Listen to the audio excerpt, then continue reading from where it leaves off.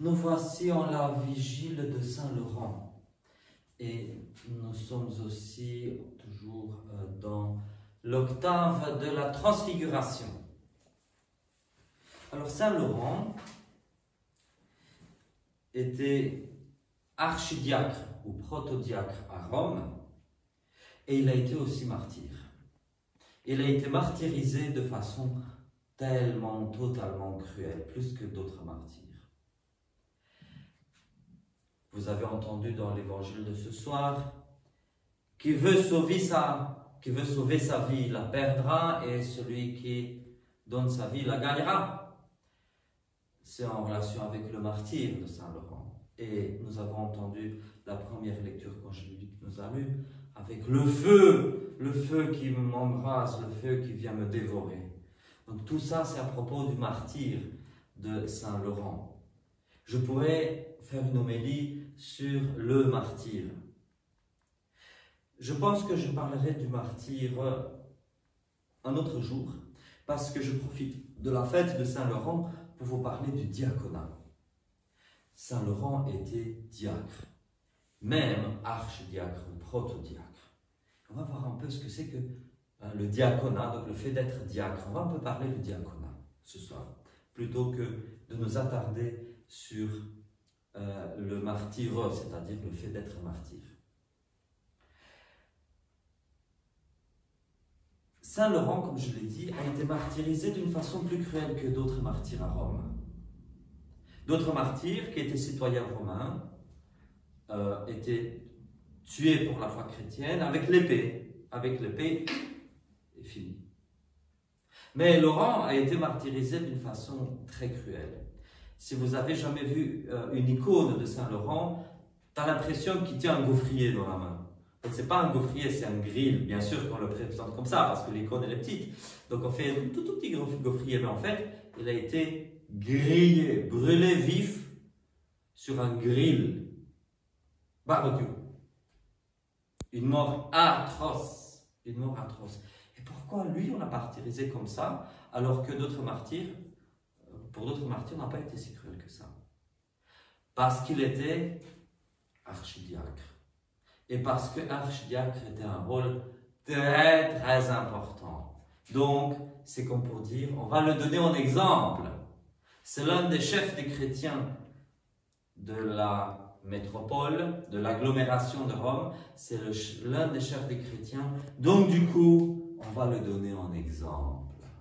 Et là, on voit que le diaconat n'est pas peu de choses. Qu'est-ce que le diaconat? Qui est le diacre? Ou la diacre? Le diacre, je vais te parler au masculin, mais sachez que le féminin existe aussi. Pour la simplicité, je parle au masculin. Le diacre a un double rôle, une double mission. D'un côté, effectivement, le diacre est vu comme celui qui, de la part de l'Église, au nom de l'Église, s'occupe des choses matérielles. Le diacre, surtout s'il est archidiacre ou protodiacre, je reviendrai bientôt à la différence, il ou elle s'occupe à prendre de l'argent qui est récolté par l'Église et l'utiliser pour les œuvres de charité. Et on sait que, comme je vous l'ai dit souvent, par le passé, il n'y avait ni pension de retraite, ni CPAS, ni allocation de chômage. Donc, les gens qui se trouvaient dans l'indigence, il devait que quelqu'un les secoure. Et la société de cette époque-là ne secourait pas les gens dans l'indigence. Il n'y avait pas l'État-providence. Et l'Église aidait les pauvres. Et donc, l'Église est devenue quelque chose d'attrayant. Beaucoup de gens disaient, ça c'est la vraie religion, parce que voilà enfin une religion qui s'occupe des gens qui sont dans l'indigence. Et beaucoup se sont convertis au christianisme à cause de ça, même si ce n'est pas le point central du christianisme. Et le diacre, les diacres au pluriel, eux, ils s'occupaient effectivement des œuvres de charité. C'est eux qui étaient administrateurs des diocèses, en fait. Et vous savez, la liturgie est une icône de notre vie dans le monde, de la vie chrétienne dans le monde. Et c'est pour ça que dans la liturgie, c'est le diacre qui apporte le pain, ou plutôt les fidèles, quand ils apportent le pain et le vin, le donnent normalement au diacre, et c'est le diacre qui vient les présenter. Et pourquoi cela? Ben justement parce que c'est une icône, c'est une représentation de ce qui se passe dans la vie de tous les jours, dans la vie de l'Église de tous les jours. C'est le diacre qui reçoit les aumônes, qui reçoit les dons, et donc voilà. Donc ça, c'est un rôle du diacre. Mais il y a autre chose. C'est que le diaconat est aussi un ministère de... Si je peux avoir votre attention, parce que je ne veux pas parler au mur, le diaconat est aussi un ministère d'aide immédiate de l'évêque. Le diacre est un ministre ordonné pour le service personnel de l'évêque dans l'Église. Bon, certains prennent ça trop à la lettre, hein, en faisant des diacres des chauffeurs de l'évêque. Vous allez voir, surtout dans l'Europe de l'Est, vous allez voir que si tu es diacre, tu es chauffeur de l'évêque. Si tu es chauffeur de l'évêque, tu es diacre. Ça se confond. Hein. On devrait même, je dis ça en plaisantant, dans leur ornement liturgique, leur mettre un volant liturgique. Non pas une étoile en diagonale, mais il faudrait leur donner un volant. Ils attachent un volant comme ça à leur robe, comme ça on voit bien que c'est des chauffeurs de l'évêque. Non, je m'énerve parce que c'est moche. Le diacre est au service de l'évêque, mais dans l'administration du diocèse. Alors, bien sûr, ce que je dis ça, je parle pour des grandes structures de l'Église du premier millénaire et un peu au-delà, en deçà. Dans nos petites églises, dans nos petites structures, rarement le diacre occupe son poste et rarement on laisse le diacre occuper son poste. En fait. Dans l'idéal, qu'est-ce qu'on devrait avoir? Dans l'idéal, l'évêque a plusieurs diacres, beaucoup de diacres. Dans l'idéal, chaque paroisse, hein, ici je suis le seul prêtre, moi, j'espère, j'attends le jour où j'aurai au moins 2 confrères prêtres et au moins 3 confrères diacres. Et le jour où on aura aussi 3 ou 4 sous-diacres dans la paroisse et plusieurs lecteurs et plusieurs... Voilà. Et je rêve du jour où on sera 300 personnes, au moins 100, au moins 50. Mais quand il y aura plus de monde, il faudra que j'ai de l'aide dans la paroisse, que j'ai au moins 2 confrères prêtres. Et au moins 3 diacres. Bon, ça, je parle pour la paroisse. Mais l'évêque devrait avoir aussi plusieurs diacres. Et le diacre qui est le plus intime à l'évêque, c'est l'archidiacre ou le protodiacre. Dans un diocèse, l'administrateur du diocèse, on est aux yeux de l'état civil, le président de l'Église doit être non pas l'évêque, le diacre. J'ai assisté par le passé, il y a longtemps, une église locale, là où j'ai moi-même été ordonné diacre. Au moment où il y a eu un nouvel évêque, on a dit réunion d'ASBL et il y a un changement de président. Le nouveau président de l'ASBL, c'est le nouvel évêque. Erreur fatale! Erreur fatale! Parce que l'évêque peut être un tyran.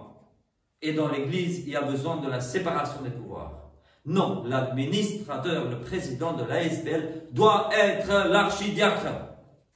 Et c'est pour ça que Saint Laurent a été martyrisé sur le grill. Parce que c'était pas n'importe quel gars. C'était pas le chauffeur, ou à l'époque il n'y avait pas de voiture automobile. C'était pas le charretier, comment on appelle ça,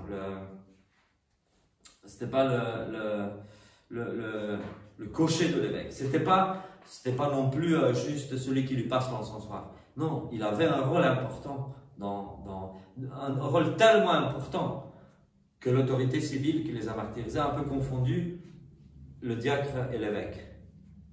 L'archidiacre doit être vraiment le bras droit de l'évêque. Et on voit dans l'histoire de l'Église, mais il y a des cas innombrables où un évêque mourait Et qui était son remplaçant? L'archidiacre.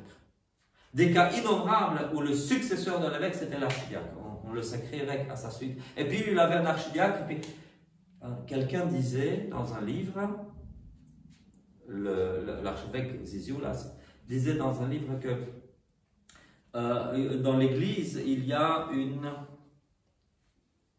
j'ai trouvé le terme, une copie ou une reproduction des structures. On reproduit les structures. Et c'est ça en fait.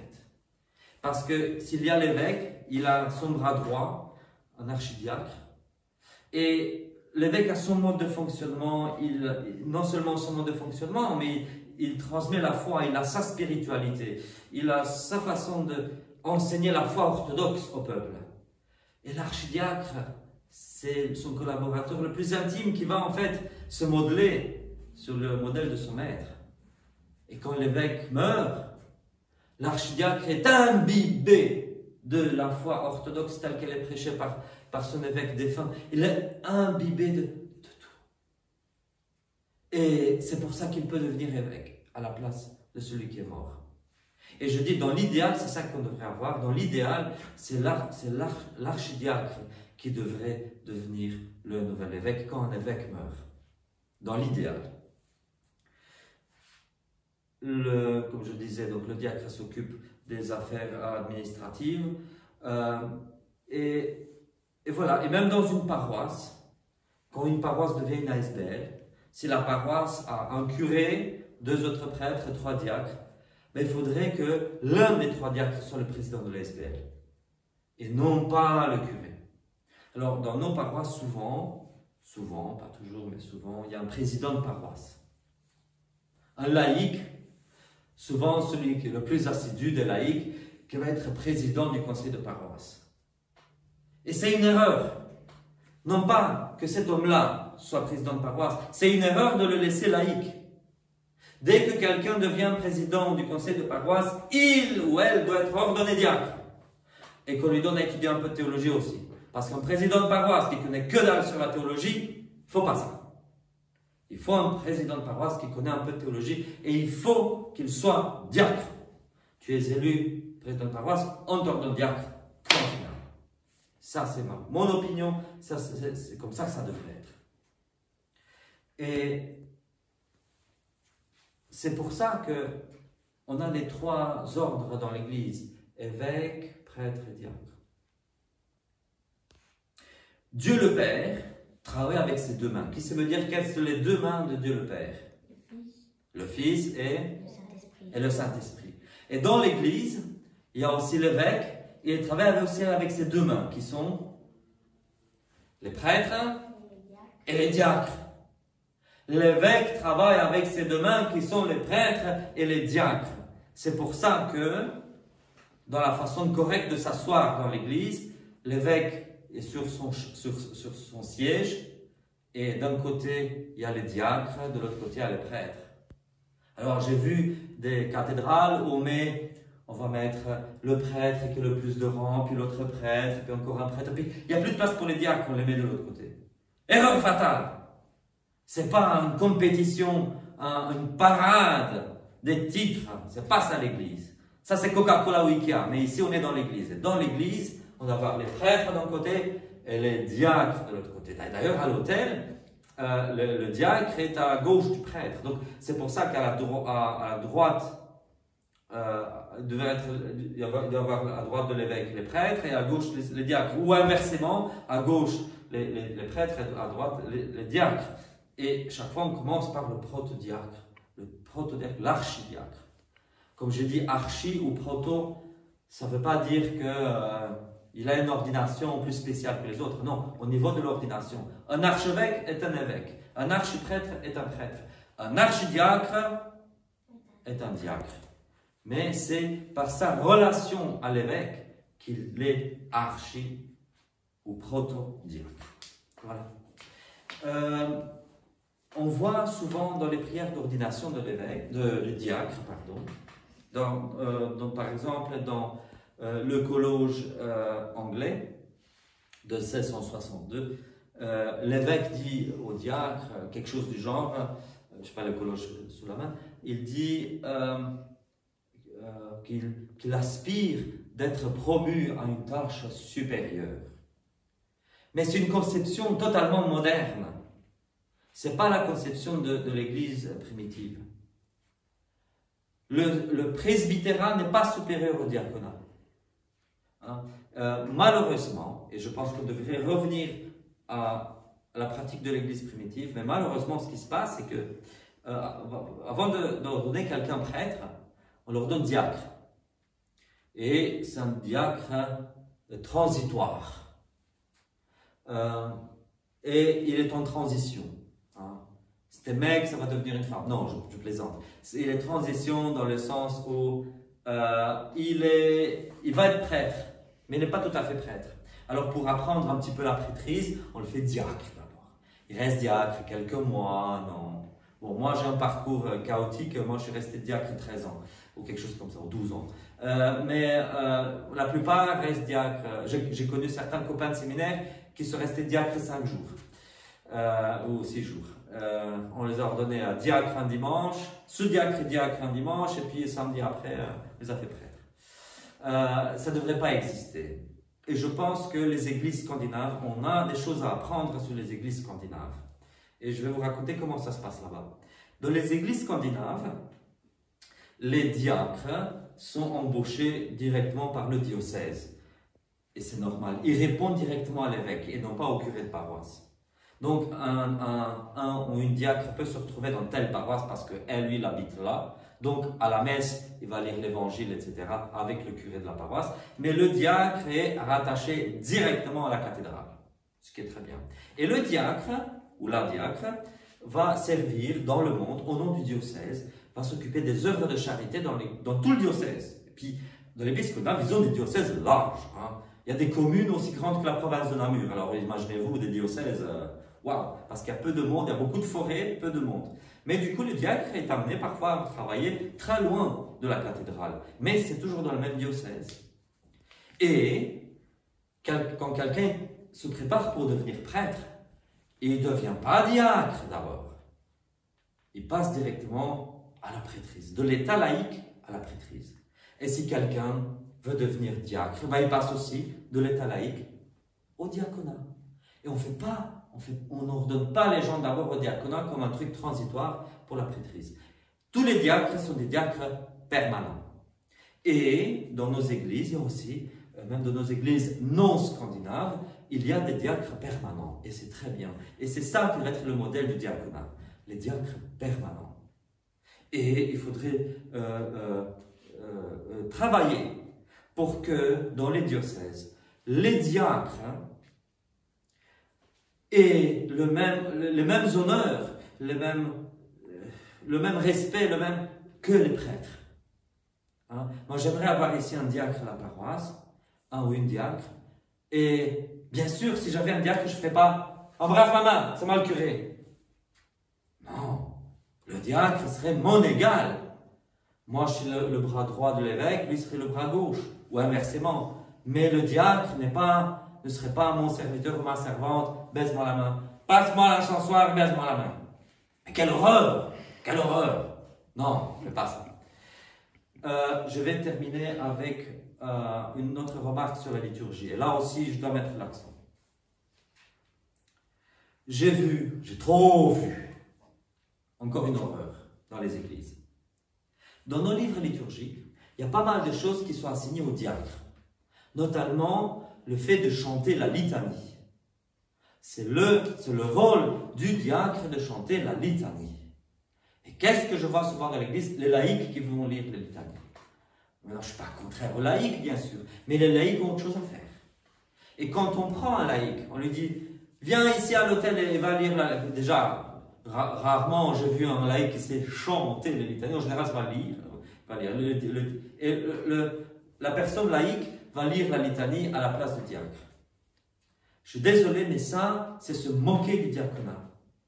Si on respecte le diaconat, il faut laisser au diacre faire ce que le diacre fait. Et qu'est-ce qu'on fait s'il n'y a pas de diacre présent? S'il n'y a pas de diacre présent pour lire la litanie, c'est qui va lire la litanie? Le prêtre. Et en plus, ça montre aux fidèles, par exemple, aujourd'hui c'est moi, le prêtre, qui lit la litanie. Le jour où je vais avoir un diacre ici, ben, les gens vont voir que c'est le diacre qui lit la litanie. Et qu'est-ce que les gens vont dire?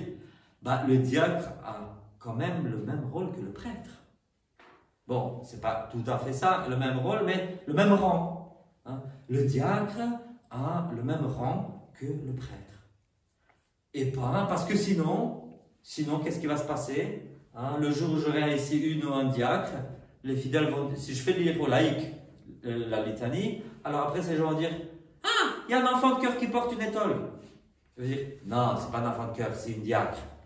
Ah, pourtant, ce sont quand même les enfants de cœur qui lisent ça, non? Non. Donc, il faut très bien ne pas, je trouve que c'est horrible, d'un point de vue théologique et liturgique, c'est horrible. Ça manque de respect au niveau vis-à-vis des diacres. C'est horrible que de donner aux laïcs le rôle du diacre dans la liturgie. Il y a des gens qui vont dire, ah mais nous les laïcs on nous oublie. Non, non, pas du tout.